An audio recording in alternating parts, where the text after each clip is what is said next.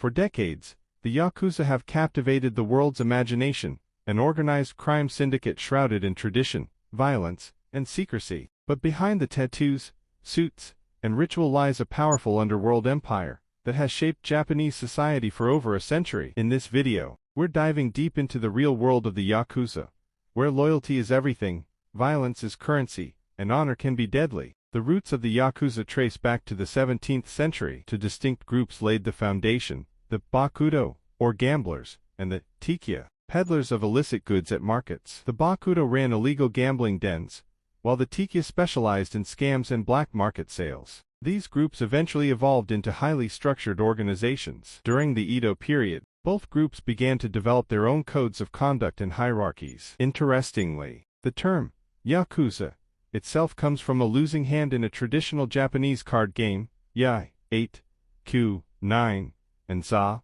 3, the worst possible score. It symbolized the outcast status of those who would become Japan's underworld elite. Despite their criminality, some Yakuza were seen as Robin Hood-like figures, protecting the weak and punishing corrupt officials. This duality has remained part of the Yakuza's complex identity to this day. Yakuza life is governed by a strict code of honor, known as Ninkyo, chivalry. Loyalty to one's boss, or Oyaban, is absolute, and betrayal is considered the worst offense. Members undergo initiation rituals and swear lifelong allegiance. One of the most infamous traditions is Yubitsume, the act of cutting off one's finger as atonement for failure or disobedience. Each joint lost represents a serious offense, often done voluntarily to express regret. Respect, obedience, and hierarchy define every interaction. Seniority is sacred. Breaking the code doesn't just mean expulsion, it can mean death. But within that structure, members believe they find purpose, identity, and belonging. Yakuza groups are built like corporations. At the top sits the Oyaban,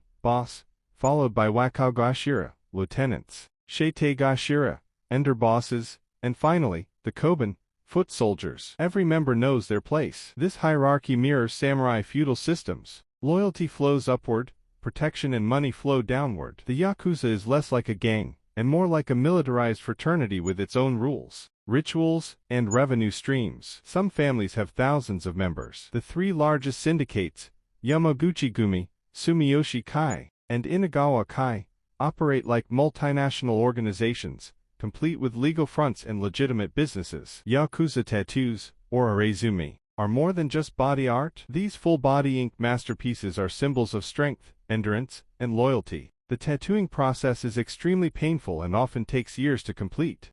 Tattoos typically include dragons, koi fish, samurai, and mythological figures, each telling a personal story or symbolizing protection and power. But they're also a mark of exclusion from mainstream society. Yakuza can't enter most public baths or gyms. Another key ritual is the Sakazuki ceremony, where sake is shared between boss and subordinate, binding them like father and son. It's a sacred moment, sealing their roles in the Yakuza family forever. The Yakuza generate billions annually through illegal activities such as drug trafficking, extortion, illegal gambling, and prostitution. But unlike many Western crime syndicates, they also operate in the open. They own real estate, construction companies, nightclubs, finance firms, and even stock in legitimate corporations. In some cases, Yakuza members wear suits and conduct business like CEOs. One infamous tactic is Sakaya, using threats and blackmail to influence corporate shareholders or executives. They've even intervened in hostile takeovers. Their involvement in real estate and post-disaster reconstruction is well documented. They thrive in the gray areas of the law, exploiting legal loopholes and weak regulations. In times of crisis, like the 2011 Tohoku earthquake, Yakuza groups were among the first to deliver aid, further complicating their image. Despite their openness, the Yakuza have faced increasing crackdowns from law enforcement. Japan passed strict anti-organized crime laws in the 1990s, and again in the 2010s, aiming to freeze Yakuza assets and penalize businesses that work with them. Public tolerance has also waned. Once seen as necessary evils, Yakuza are now viewed as harmful parasites. Their influence has diminished, but they still maintain power in certain regions and industries. Police tactics include surveillance, asset seizures, and shamming campaigns, posting Yakuza names in public spaces to pressure members to quit. Some cities even ban them from renting property or opening bank accounts.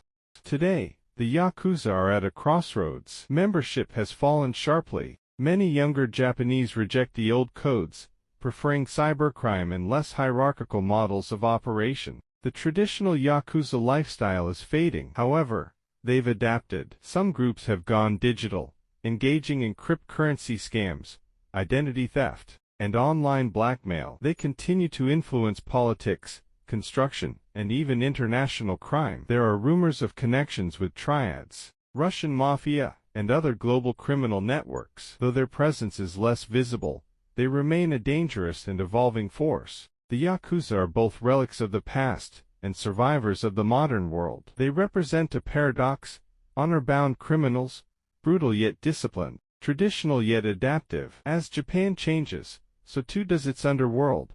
But one thing is clear: the legend of the Yakuza is far from over.